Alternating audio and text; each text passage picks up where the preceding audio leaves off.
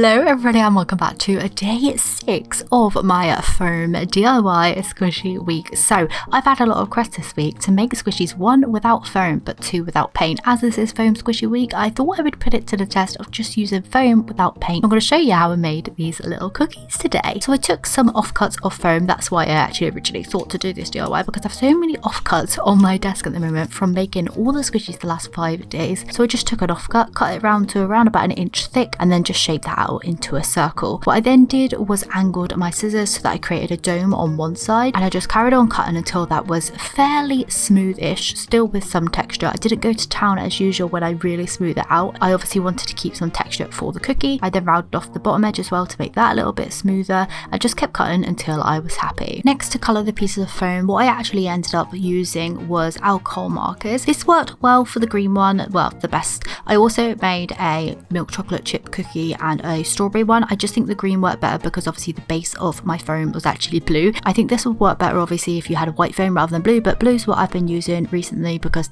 that's just the colour of my foam, so that's what I had to do. Once I had the cookie base all coloured in, I actually went in and used a paint marker to paint some chocolate chips and a little face on there as well. This is entirely optional, or you could use fabric paint at this point if you had paint. I actually prefer paint based squishies anyway, so I would always recommend using paint, but today's a fun experiment, so I just decorated my cookie without paint and then I moved on to the packaging. So my favourite type of packaging when it comes to squishies is actually using a plastic bag with a header card. I think it just looks so good. Like, I like the way it squishes in bags because that obviously slows down the squishiness of it, and I like the header card as well because I always think it makes it look cute. So to make the header card, what you need to do is take some card, fold it in half, and then get decorated. For mine, I used a really thick kind of paper and then coloured it in green. Used a green acrylic marker to write out the word matcha, and then I went back in with the brown just to write the word cookie. I added a few swirls. I wrote in tiny little text at the bottom with white chocolate chips. I added some dots on there, and once that had dried, I then covered the whole entire thing in tape just so that it was nice and shiny. I think header cards look so cute when they're shiny, so I just put on some clear tape to make it shiny. I then peeled it off my desk, folded over any sticky bits, folded it in half, and then just cut the bottom with a pair of scalloped edge scissors to add a bit of extra decorating. I cut it down to size with another pair of scissors, and then with a stapler I just placed that top of the bag. So obviously I popped the squishy inside of the bag to begin with, making sure the face and everything was all lined up.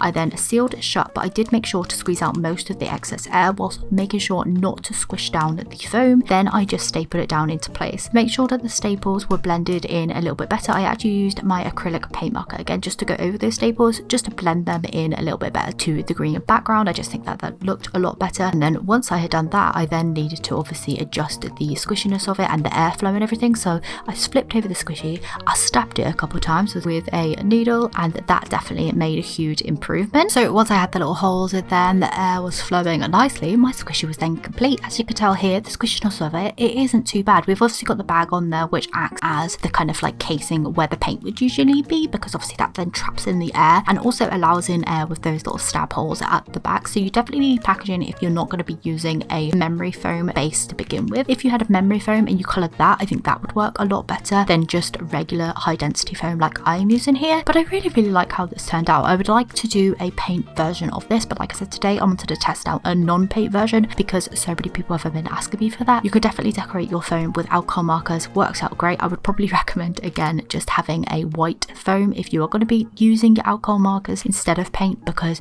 you can obviously see that blue colour through. But to be honest, we made it work. We got the strawberry one, we got the matcha one, we got the chocolate one, and I'm very happy with how they turned out. I think it's so cute to have a nice little matching set as well. So hopefully you enjoyed watching today's video. Thank you so much for tuning in, and hopefully I shall see you tomorrow for day 7 out of 7 of my foam squishy week. So I shall see you tomorrow for another video. Bye.